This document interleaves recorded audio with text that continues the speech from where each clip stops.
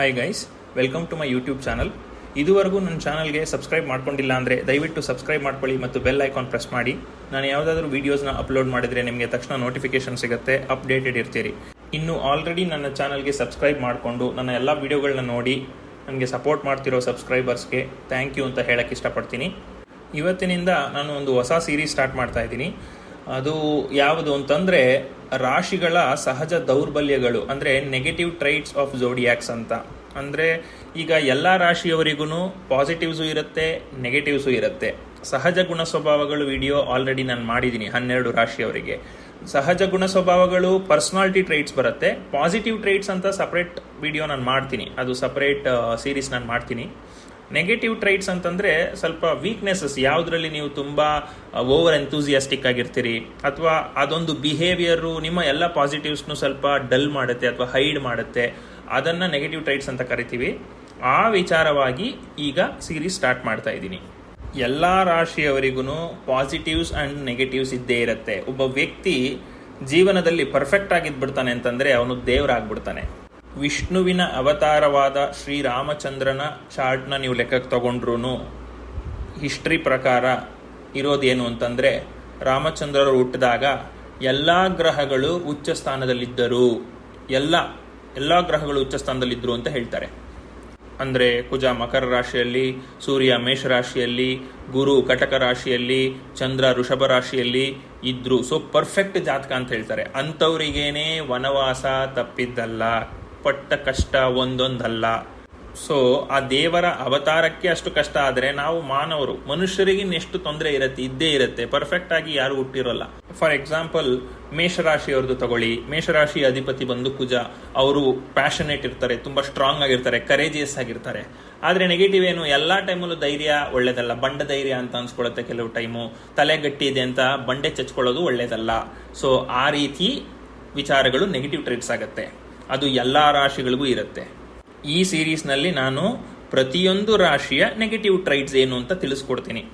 Negative ಟ್ರೈಟ್ಸ್ನ ನೀವು ಆದಷ್ಟು solve ಮಾಡಿಕೊಂಡ್ರೆ ಮತ್ತು ಆ ಒಂದು ಓವರ್ ಆಕ್ಟಿಂಗ್ ಬಿಹೇವಿಯರ್ ಅಥವಾ ಓವರ್ ಆಕ್ಟಿಂಗ್ ಟ್ರೈಟ್ಸ್ನ ನೀವು ಸ್ಟಾಪ್ ಮಾಡ್ತಾ ಬಂದರೆ, ಇಗ್ನೋರ್ ಮಾಡ್ತಾ ಬಂದರೆ, ಆವಾಗ ನೀವು ಸಕ್ಸಸ್ ಕಡೆಗೆ ಜಾಸ್ತಿ ಹತ್ತಿರ ಆಗ್ತೀರಾ.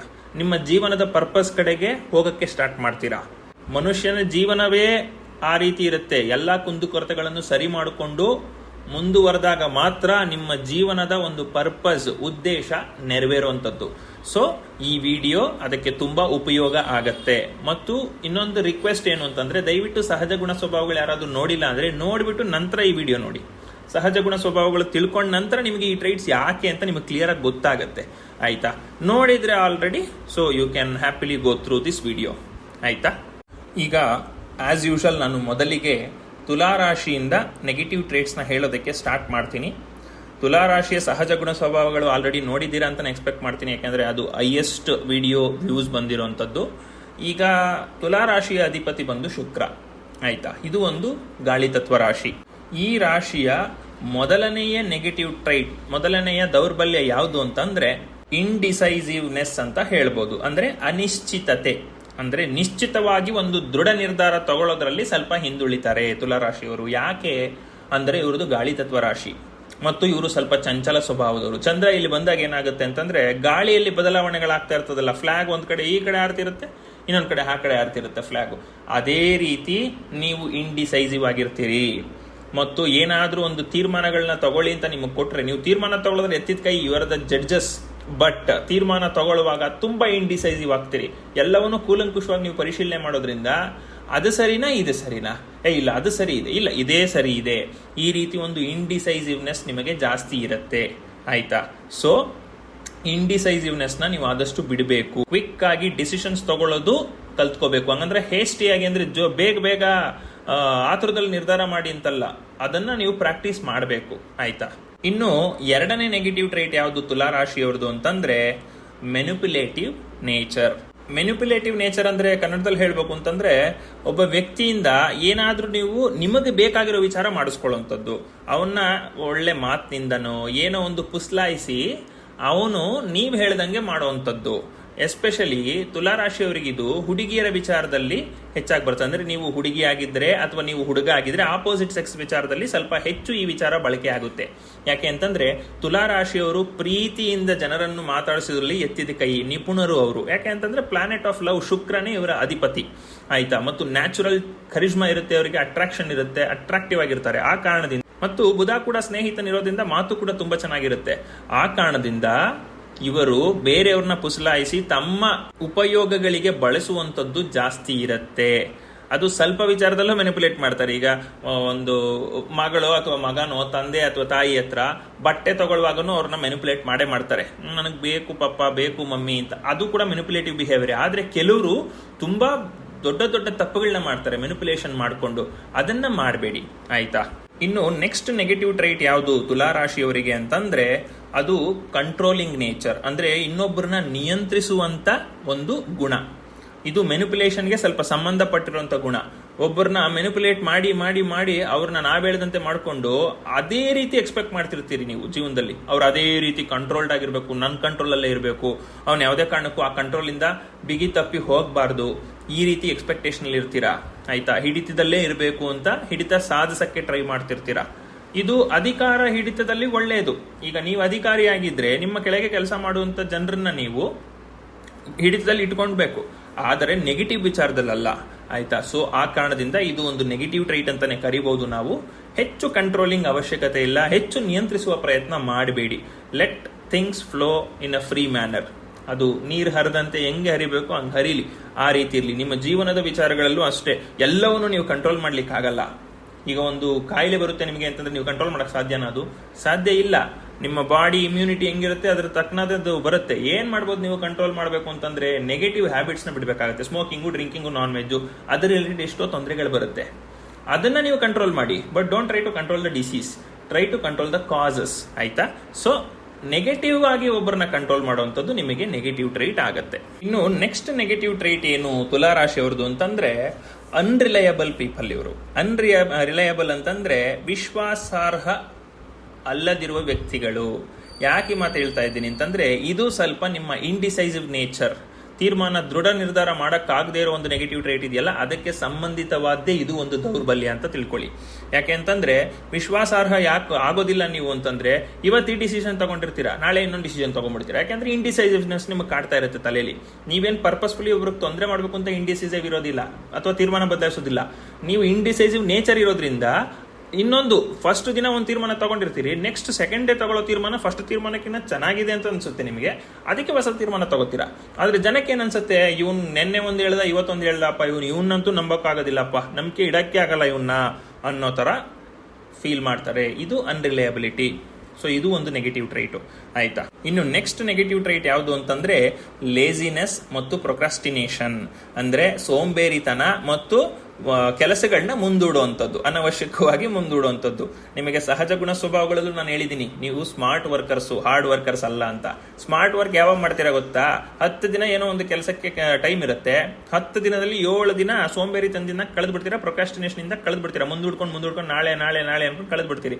ಕೊನೆಗಿನ್ 3 ದಿನ ಉಳಿಯುತ್ತೆ, ಅವಾಗ ಸ್ಮಾರ್ಟ್ ವರ್ಕ್ ಮಾಡಿ ಕಂಪ್ಲೀಟ್ ಮಾಡ್ತೀರಾ ಕೆಲಸ. ನೀವು ಕಂಪ್ಲೀಟ್ ಮಾಡಲ್ಲ ಅಂತ ನಾನು ಹೇಳ್ತಿಲ್ಲ, ಬಟ್ ಅದನ್ನ ಜಾಸ್ತಿ ಸ್ಟ್ರೆಸ್ ಮಾಡ್ಕೊಳ್ಳೋಂಗ್ ಮಾಡ್ಕೋಬೇಡಿ. ಅದು ನಿಮಗೆ ಇಂಡಿಸೈಸಿವ್ನೆಸ್ ಇಂಡೈರೆಕ್ಟ್ಲಿ ಕಾರಣ ಆಗತ್ತೆ. ಯಾಕಂದ್ರೆ ಟೈಮ್ ಕಮ್ಮಿ ಇದ್ದಾಗ ನಾವು ಡಿಸಿಷನ್ ಮೇಲೆ ನಮ್ಮ ಮೇಲೆ ನಾವು ಡೌಟ್ ಪಡ್ತೀವಿ. ಅದನ್ನ ಅವಾಯ್ಡ್ ಮಾಡಿ. ಸೊ ಅವತ್ತಿನ ಕೆಲಸ ಎಷ್ಟು ಬೇಗ ಆಗುತ್ತೋ ಅವಾಗೆ ಮಾಡಿ ಮುಗಿಸ್ಬಿಡಿ. ನಾಳೆ ನಾಳೆ ನಾಳೆ ಅನ್ಕೊಂಡು ಹೋಗಬೇಡಿ. ಮತ್ತು ಸೋಂಬೇರಿತನೂ ಸ್ವಲ್ಪ ಕಮ್ಮಿ ಮಾಡಬೇಕು. ನೀವು ರುಟೀನಲ್ಲಿ ಎಸ್ಪೆಷಲಿ ಬೆಳಗ್ಗೆ ಜಿಮ್ಗೆ ಹೋಗ್ಬೇಕು ಅಂತ ಎದ್ದೊಳ್ತೀರಿ ಅಂತ ತಿಳ್ಕೊಳ್ಳಿ, 1 ವರ್ಷ ಜಿಮ್ಗೆ ಹೋಗಿ ನೀವು, ಅದು ನಿಮ್ಗೆ ಹ್ಯಾಬಿಟ್ ಆಗಲ್ಲ. ಬಟ್ ಲೇಟಾಗಿ ಎದ್ದೊಳೋದನ್ನ 3 ದಿನ ಎದ್ದೊಳ್ಳಿ ನೀವು, ಲೇಟಾಗಿ ಫುಲ್ ಪ್ರಾಕ್ಟೀಸ್ ಆಗ್ಬಿಡುತ್ತೆ. 4ನೇ ದಿನನೂ ನೀವು ಅದೇ ಟೈಮ್ಗೆ ಎದ್ದೊಳೋದು, ಅದನ್ನ ತಪ್ಪಿಸ್ಕೊಳ್ಳೋದಕ್ಕೆ ತುಂಬಾ ಕಷ್ಟ ಆಗುತ್ತೆ, ಯಾಕಂದ್ರೆ ಸೋಂಬೇರಿ ಜಾಸ್ತಿ ನೀವು. ಇನ್ನು ನೆಕ್ಸ್ಟ್ ನೆಗೆಟಿವ್ ಟ್ರೈಟ್ ಯಾವುದು ತುಲಾರಾಶಿ ಅವರದು ಅಂತಂದ್ರೆ ಇವರು ಇಂಪೇಷಂಟ್. ಅಂತಂದ್ರೆ ಇವರಿಗೆ ವಿಚಾರಗಳಲ್ಲಿ ತಾಳ್ಮೆ ಕಮ್ಮಿ. ಇಂಡಿಸೈಸಿವ್ನೆಸ್ ಎಷ್ಟಿದೆಯೋ ತಾಳ್ಮೆ ಕೂಡ ಅಷ್ಟೇ ಕಮ್ಮಿ. ನಿಮ್ಗೆ ಆತುರದ ನಿರ್ಧಾರ ಮಾಡೋದ್ರಲ್ಲೂ ನೀವು ಎತ್ತಿದ ಕೈ. ಎಷ್ಟು ಆತುರವಾಗಿ ನಿರ್ಧಾರ ಮಾಡ್ತಿರೋ ಅಷ್ಟೇ ಆತುರವಾಗಿ ನಿರ್ಧಾರ ಚೇಂಜು ಮಾಡ್ತೀರಾ. ಅದೇ ಇಂಡಿಸೈಸಿವ್ನೆಸ್, ಫಿಕಲ್ ಮೈಂಡೆಡ್ ಬಿಹೇವಿಯರ್. ಸೊ ಇದು ಒಂದು ನೆಗೆಟಿವ್ ಟ್ರೈಟ್ ಆಗಿದೆ. ಸ್ವಲ್ಪ ತಾಳ್ಮೆಯನ್ನ ಕಲ್ತ್ಕೋಬೇಕು ತುಲಾರಾಶಿಯವರು, ಎಸ್ಪೆಷಲಿ ತುಲಾರಾಶಿಯವರು, ಮೇಷರಾಶಿಯವರು ಮತ್ತು ಕುಂಭರಾಶಿಯವರು. ಇವರಿಗೆ ಸ್ವಲ್ಪ ತಾಳ್ಮೆ ತುಂಬಾ ಕಮ್ಮಿ. ಯಾಕೆಂತಂದರೆ ಒಂಥರ ಪ್ಯಾಷನೇಟ್ ಜಾಸ್ತಿ ಇರ್ತಾರೆ. ಸೊ ನೀವು ಫಸ್ಟ್ ಕಂಟ್ರೋಲ್ ಮಾಡ್ಕೊಬೇಕಾಗಿರೋದು ಇಂಪೇಷಂಟ್ ಬಿಹೇವಿಯರ್ನ ಕಂಟ್ರೋಲ್ ಮಾಡ್ಕೋಬೇಕು, ಪೇಷನ್ಸ್ ಕಲ್ತ್ಕೋಬೇಕು, ಆಯ್ತಾ. ಇನ್ನು ನೆಕ್ಸ್ಟ್ ನೆಗೆಟಿವ್ ಟ್ರೇಟ್ ಏನು ಅಂತಂದ್ರೆ ತುಲಾರಾಶಿಯವ್ರದ್ದು ಎಮೋಷನಲಿ ಡಿಟ್ಯಾಚ್ಡ್ ಇರ್ತಾರೆ. ಅಂದ್ರೆ ಭಾವನೆಗಳಿಂದ ದೂರ ಉಳ್ಕೊಳ್ಳುವಂಥದ್ದು. ಭಾವನೆಗಳೇ ತುಲಾರಾಶಿಯವರಿಗೆ ಒಂದು ಆಸ್ತಿ ಇದ್ದಂತೆ, ಅದರಿಂದನೇ ದೂರ ಉಳ್ಕೊಳ್ಳುವಂಥದ್ದು ಹೇಳ್ತಾ ಇದ್ದೀನಿ ಅಂತ ಕನ್ಫ್ಯೂಸ್ ಆಗಬೇಡಿ. ಯಾಕೆ ಅಂತಂದ್ರೆ ಸಹಜ ಗುಣ ಸ್ವಭಾವಗಳಲ್ಲಿ ಹೇಳಿದ್ದೀನಿ ನಾನು, ಇವರು ಲವ್ ಅಲ್ಲಿ ಬೀಳೋದು ಬೇಗ ಬಿದ್ದ್ಬಿಡ್ತಾರೆ, ಅದರಿಂದ ಹೊರಗಡೆ ಬರೋಕ್ಕೆ ತುಂಬ ಟೈಮ್ ತಗೋತಾರೆ. ಇಂಥ ಎಕ್ಸ್ಪೀರಿಯನ್ಸಸ್ಸು ತುಲಾರಾಶಿಯವರಿಗೆ ತುಂಬ ಜಾಸ್ತಿ ಆಗುತ್ತೆ. Because they are the lovers of universe, planet of love. ಶುಕ್ರ ಪ್ರೀತಿಗೆ ಹೆಸರಾಂತ ಗ್ರಹ, ಇವರ ಅಧಿಪತಿ. ಆ ಕಾರಣದಿಂದ ಲವ್ ಅಲ್ಲಿ ಬೀಳೋದು ಇವ್ರ ಕಾಮನ್ನು. ಮತ್ತೆ ಗಾಳಿ ತತ್ವ ಇರೋದ್ರಿಂದ ನೋಡ್ದವ್ರ ಮನೆಲ್ಲ ಮನ್ಸಾಗುತ್ತೆ, ನೋಡ್ದವ್ರ ಮನೆಲ್ಲ ಕ್ರಶ್ ಆಗುತ್ತೆ. ಯಾರನ್ನೋ ಅಂದ್ರೆ ಅವರು ನಿಮ್ಗೆ ವರ್ತಿ ಇರಲ್ಲ ನಿಮ್ಮ ಪಾರ್ಟ್ನರ್ ಆಗಕ್ಕೆ, ಅವ್ರನ್ನೆಲ್ಲ ಇಷ್ಟಪಟ್ಟು ಅವರಿಂದ ನೋವು ಅನುಭವಿಸ್ತೀರಿ. ಅದೆಲ್ಲ ಏನಾಗುತ್ತೆ ಕೊನೆಗೆ ಎಮೋಷನ್ಸ್ ಅಂತಂದ್ರೆ ಬೇಡಪ್ಪ, ನನಗೆ ಎಮೋಷನಲಿ ನಾನು ಡಿಟ್ಯಾಚ್ಡ್ ಆಗಿ ಇರ್ತೀನಿ, ನಾನು ಲೋನ್ಲಿ ಆಗಿ ಇರ್ತೀನಿ ಗುರು, ನನಗೆ ಯಾರ ಸಪೋರ್ಟು ಬೇಡ, ನನಗೆ ಎಮೋಷನಲ್ ಕನೆಕ್ಷನ್ನೇ ಬೇಡ, ಆ ಪರಿಸ್ಥಿತಿಗೆ ಬಂದು ತಲುಪುವಂಥ ಚಾನ್ಸಸ್ ಇದೆ. ಇದು ಯಾಕೆ ನೆಗೆಟಿವ್ ಟ್ರೈಟಲ್ಲಿ ಬರ್ತಿದೆ ಅಂತಂದರೆ, ನೀವು ಪ್ರೀತಿಸಿ, ಯಾರನ್ನೂ ಪ್ರೀತಿಸ್ಬೇಡಿ ಅಂತ ಹೇಳಲ್ಲ, ಕರೆಕ್ಟ್ ಆಗಿರೋರನ್ನ ಪ್ರೀತಿಸಿ, ನಿಮ್ಮ ಪ್ರೀತಿಗೆ ಅರ್ಹತೆ ಇಟ್ಕೊಂಡಿರೋಂಥವ್ರನ್ನ ಪ್ರೀತಿಸಿ. ಯಾರೋ ಸುಮ್ಮನೆ ಸಿಕ್ಕದವ್ರನ್ನ ಪ್ರೀತಿಸ್ತಾ ಹೋದ್ರೆ ಹಿಂಗೆ ಆಗುತ್ತೆ. ಸೊ ಅದನ್ನು ನೀವು ಒಂದು ಸ್ವಲ್ಪ ಚೇಂಜ್ ಮಾಡ್ಕೋಬೇಕು. ಇನ್ನು ನೆಕ್ಸ್ಟ್ ನೆಗೆಟಿವ್ ಟ್ರೈಟ್ ಯಾವುದು ಅಂತಂದರೆ, ಎಲ್ಲರನ್ನೂ ಮೆಚ್ಚಿಸೋಕೆ ಟ್ರೈ ಮಾಡೋದು ತುಲಾರಾಶಿಯವರು. ನಾನು ಆಗಲೇ ಹೇಳಿದೆ, ಇವರು ಜಡ್ಜ್ಮೆಂಟ್ ಕೊಡೋದ್ರಲ್ಲಿ ಎಕ್ಸ್ಪರ್ಟ್ಸ್ ಅಂತ ಸಹಜ ಗುಣ ಸ್ವಭಾವಗಳಲ್ಲೂ ಹೇಳಿದ್ದೀನಿ. ಜಡ್ಜ್ಮೆಂಟ್ ಕೊಡೋದ್ರಲ್ಲಿ ಇವ್ರು ಹೆಂಗಿರುತ್ತೆ ಮೈಂಡ್ಸೆಟ್ಟಲ್ಲಿ ಅಂತಂದರೆ, ನಾನು ಕೊಡುವ ತೀರ್ಪು ಎಲ್ಲರಿಗೂ ಇಷ್ಟ ಆಗಬೇಕು ಅಥವಾ ಎಲ್ಲರಿಗೂ ಸರಿ ಅಂತ ಅನ್ನಿಸ್ಬೇಕು ಅನ್ನೋದು ಇವರ ಯೋಚನೆ ಇರುತ್ತೆ. ಅದು ultimately impossible in this whole world or society. ಅದು ಇಂಪಾಸಿಬಲ್ ಇರುತ್ತೆ. ಒಂದು ತೀರ್ಮಾನ ಅದು ಏನಾದರೂ ಇರಲಿ, 10 ಜನಕ್ಕೆ ಇಷ್ಟ ಆದರೆ 10 ಜನಕ್ಕೆ ಅದು ಇಷ್ಟ ಆಗೋದಿಲ್ಲ. ಈಗ ಯಾವುದೋ ಒಂದು ರೇಪ್ ಕೇಸಲ್ಲಿ ತೀರ್ಪು ಕೊಡ್ತೀರಪ್ಪ, ಸಂತ್ರಸ್ತೆಯರೇ ಒಳ್ಳೇದೇ, ಅದು ಅವ್ರ ತೀರ್ಪನ್ನ ಸ್ವಾಗತ ಮಾಡ್ತಾರೆ. ತಪ್ಪು ಮಾಡಿರೋನು ಸ್ವಾಗತ ಮಾಡ್ತಾನ? ಮಾಡೋಕೆ ಸಾಧ್ಯನೇ ಇಲ್ಲ. ಅದೇ ತುಲಾರಾಶಿಯವ್ರು ಮಾಡೋ ತಪ್ಪು ಏನಂತ ಅಂದರೆ, ಇಬ್ಬರಿಗೂ ಮೆಚ್ಚುಗೆ ಆಗಬೇಕು, ಎಲ್ಲರಿಗೂ ಮೆಚ್ಚುಗೆ ಆಗಬೇಕು. ಮತ್ತು ರಿಸೋರ್ಸಸ್ ಹಂಚೋದ್ರಲ್ಲೂ ಅಷ್ಟೇ, ಇವರು ಎಲ್ಲರಿಗೂ ಕರೆಕ್ಟಾಗಿ ಹಂಚಬೇಕು. ಕೆಲವು ಸಾರಿ ಮಿಸ್ಟೇಕ್ಸ್ ಆಗುತ್ತೆ, ಕೆಲವು ಸಾರಿ ಚೇಂಜಸ್ ಆಗುತ್ತೆ ಕ್ವಾಂಟಿಟಿ ಅಥವಾ ಕ್ವಾಲಿಟಿಲಿ. ಅದು ನೀವು ಡಿಸ್ಕ್ರಿಮಿನೇಷನ್ ಮಾಡ್ತಿದ್ದೀರಿ ಅಂತ ಅಲ್ಲ, ನಿಮಗೆ ಅದೇ ಭಯ ಇರೋದು, ನನ್ನಲ್ಲಿ ಡಿಸ್ಕ್ರಿಮಿನೇಷನ್ ಮಾಡೋನು, ಭೇದ ಭಾವ ಮಾಡೋನು ಇವನು ಅಂತ ತಿಳ್ಕೊಂಡ್ಬಿಡ್ತಾರೆ ಅಂತ ನಿಮಗೆ ಭಯ ಇರುತ್ತೆ. ಬಟ್ ಅಷ್ಟು ಎಲ್ಲರನ್ನು ಮೆಚ್ಚಿಸೋಕೆ ಪ್ರಯತ್ನ ಪಡಬೇಡಿ, ಅದರ ಅವಶ್ಯಕತೆ ಇಲ್ಲ. ನಿಮ್ಮ ಮನಸ್ಸಿಗೆ ಸರಿ ಅನಿಸಿದೆ ಅಂತ ಅಂದರೆ ಮಾಡಿ, ಹಂಗನ್ಬಿಟ್ಟು ನಿಮ್ಗೆ ಇಷ್ಟ ಬಂದಿದ್ದೆಲ್ಲ ಮಾಡಕ್ಕೆ ಹೋಗ್ಬಿಡಿ. Under the course of law, ಕಾನೂನಿನ ಪ್ರಕಾರವಾಗಿ ಅಥವಾ ನಿಮ್ಮ ಮನಸ್ಸಾಕ್ಷಿಯ ಪ್ರಕಾರವಾಗಿ, ಮನಸ್ಸಾಕ್ಷಿ ಕರೆಕ್ಟಾಗಿ ಇರುವಂಥ ಮನಸ್ಸಾಕ್ಷಿ ಇಟ್ಕೊಂಡಿರೋರಿಗೆ ಹೇಳ್ತಾ ಇರೋದು, ಆಯ್ತಾ. ಟೆರರಿಸ್ಟ್ಗೆ ಹೋಗ್ಬಿಟ್ಟು ನಿನ್ನ ಮನಸ್ಸಾಕ್ಷಿ ಹೇಳೋದನ್ನು ಮಾಡು ಅಂತಂದ್ರೆ, ನಾನು ಅಲ್ಕೈದಾಗೆ ಸೇರಿರೋದು, ನಾನು ಬಾಂಬ್ ಹಾಕದೆ ನನಗೆ ಜನನ್ ಸಾಯಿಸೋದೆ ನನಗೆ ನನ್ನ ಮನಸ್ಸಾಕ್ಷಿ ಹೇಳ್ತಿರೋದು ಅಂತಾರೆ. ಆ ಥರ ಅಲ್ಲ. ಕರೆಕ್ಟ್ ಮೈಂಡ್ ಸೆಟ್ ಇರುವಂಥವ್ರಿಗೆ ನಿಮ್ಮ ಮನಸ್ಸಾಕ್ಷಿಗೆ ತಕ್ಕಂಥ ತೀರ್ಮಾನ ನೀವು ತಗೊಳ್ಳಿ, ಅದು ಕರೆಕ್ಟ್ ಆಗಿರುತ್ತೆ. ಅದ್ರ ಬಗ್ಗೆ ಜಾಸ್ತಿ ತಲೆ ಕೆಡಿಸ್ಕೊಳ್ಳೋ ಅವಶ್ಯಕತೆ ಇಲ್ಲ. ಇನ್ನು ನೆಕ್ಸ್ಟ್ ನೆಗೆಟಿವ್ ಟ್ರೈಟ್ ಏನು ಅಂತಂದರೆ, ನೀವು ತುಂಬ ಕೈಂಡ್ ಪರ್ಸನ್, ನೀವು ತುಂಬ ಹೆಲ್ಪಿಂಗ್ ನೇಚರ್ ಇರುತ್ತೆ, ನೀವು ಎಲ್ಲರಿಗೂ ಸಹಾಯ ಮಾಡೋದಕ್ಕೆ ಟ್ರೈ ಮಾಡ್ತೀರಿ. ಬಟ್ ಅದೇ ನಿಮಗೆ ಕೆಲವು ಟೈಮು ನಿಮಗೆ ಅದು ನೆಗೆಟಿವ್ ಆಗಿ ಕನ್ವರ್ಟ್ ಆಗುತ್ತೆ. ಸೊ ನೀವು ಚಾಚುವ ಸಹಾಯ ಹಸ್ತ ಅವರು ಯೋಗ್ಯತೆ ಇದ್ದರೆ ಮಾತ್ರ ಅದನ್ನು ಮಾಡಿ, ಇಲ್ಲದಿದ್ದರೆ ಮಾಡಕ್ಕೆ ಹೋಗ್ಬೇಡಿ, ಅದು ನಿಮಗೆ ನೆಗೆಟಿವ್ ಆಗತ್ತೆ. ಇನ್ನು ನೆಕ್ಸ್ಟ್ ನೆಗೆಟಿವ್ ಟ್ರೈಟ್ ಯಾವುದು ಅಂತಂದರೆ ತುಲಾರಾಶಿಯವರದು ಸೂಪರ್ಫಿಷಿಯಲ್ ಬಿಹೇವಿಯರ್. ಅಂದರೆ ಮೇಲ್ನೋಟಕ್ಕೆ ಕಾಣೋದನ್ನೇ ಸತ್ಯ ಅಂತ ನಂಬಿಡೋದು. ಡೀಪ್ ಆಗಿ ಅನಲೈಸ್ ಮಾಡ್ತಾರೆ ಇವರು, ಇನ್ವೆಸ್ಟಿಗೇಟಿವ್ ಟೆಕ್ನಿಕ್ ತುಂಬ ಚೆನ್ನಾಗಿರುತ್ತೆ ಇವರಿಗೆ. ಆದರೆ ಯಾವಾಗ ಇವ್ರಿಗೆ ಇಂಟ್ರೆಸ್ಟ್ ಬಂದಾಗ, ಮೊದಲು ನೋಡಿದ ತಕ್ಷಣನೇ, ಬುಕ್ ನೋಡಿದ ತಕ್ಷಣನೇ, ಕವರ್ ನೋಡಿದ ತಕ್ಷಣ ಜಡ್ಜ್ ಮಾಡ್ಬಿಡೋದು, ಓದೋದೇ ಇಲ್ಲ ಬುಕ್ನ. ಒಬ್ಬ ವ್ಯಕ್ತಿ ನೋಡಿದ್ರೆ ಇವ್ನು ಇದೇ ಥರ ಅಂತ ಅನ್ಕೊಂಡ್ಬಿಡೋದು.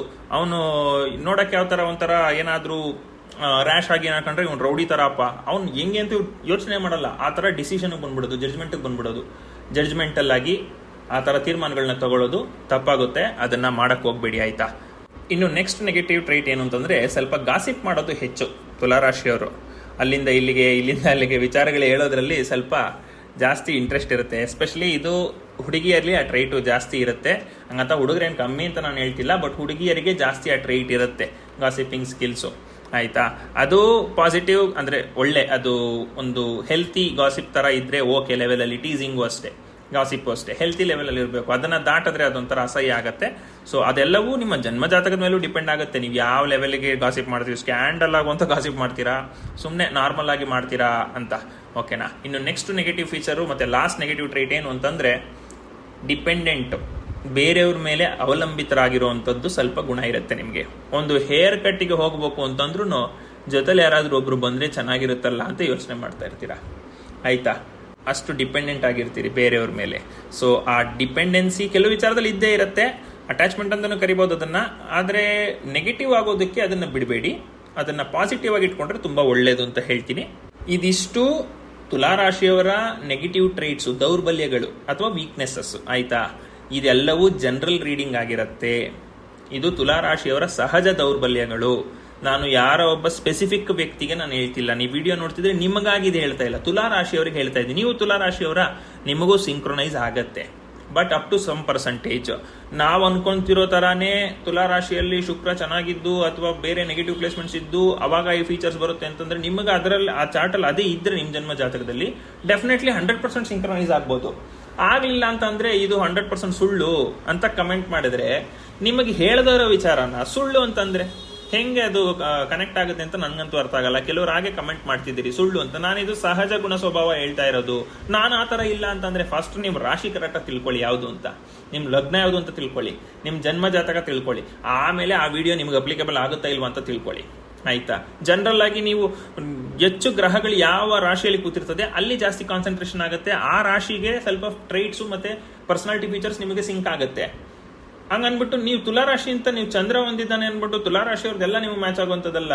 ಶನಿ, ಶುಕ್ರ, ಬೇರೆ ಎಲ್ಲ ಯಾವ ಗ್ರಹಗಳು ಎಲ್ಲಿ ಯಾವ ರಾಶಿಯಲ್ಲಿ ಕೂತಿದ್ದಾರೆ ಅದೆಲ್ಲ ತುಂಬಾ ಮ್ಯಾಟರ್ ಆಗುತ್ತೆ. ಆಯ್ತಾ, ಸೊ ತಿರ್ಗಾ ಸೂಪರ್ಫಿಷಿಯಲ್ ಆಗಿ ಸರ್ಫೇಸ್ ಲೆವೆಲ್ ಅಲ್ಲಿ ಎಲ್ಲ ನೋಡ್ಬಿಟ್ಟು ಇದು ಸುಳ್ಳು, ಇದು ನನಗೆ ಮ್ಯಾಚ್ ಆಗ್ತಿಲ್ಲ ಅಂತ ಅನ್ಕೊಳ್ಳೋದು ತಪ್ಪಾಗುತ್ತೆ. ನಿಮ್ಮ ಜನ್ಮ ಜಾತಕದಲ್ಲಿರೋ ಪ್ಲೇಸ್ಮೆಂಟ್ಸ್ ಆಧಾರದ ಮೇಲೆ ನಿಮಗೆ ಚೇಂಜಸ್ ಆಗತ್ತೆ. ಆಯ್ತಾ, ವಿಡಿಯೋ ಇಷ್ಟ ಆಗಿದ್ರೆ ದಯವಿಟ್ಟು ಲೈಕ್ ಮಾಡಿ, ಸಬ್ಸ್ಕ್ರೈಬ್ ಮಾಡ್ಕೊಳ್ಳಿ. ಈ ವಿಡಿಯೋನ ಮತ್ತಷ್ಟು ಜನಕ್ಕೆ ಶೇರ್ ಮಾಡಿ. ಇನ್ನು ನಿಮಗೇನಾದ್ರು ಡೌಟ್ಸ್ ಇದ್ರೆ ಕಮೆಂಟಲ್ಲಿ ಕೇಳಿ, ನಾನು ಅದನ್ನು ಕ್ಲಿಯರ್ ಮಾಡ್ತೀನಿ. ಪರ್ಸನಲ್ ಕನ್ಸಲ್ಟೇಷನ್ಸ್ ಬೇಕು ಅಂದರೆ ಸ್ಕ್ರೀನ್ ಮೇಲೆ ಕಾಣ್ತಿರೋ ನಂಬರ್ ಅಥವಾ ಇಮೇಲ್ ಮೂಲಕ ನನ್ನ ಕಾಂಟ್ಯಾಕ್ಟ್ ಮಾಡಿ. Thank you very much.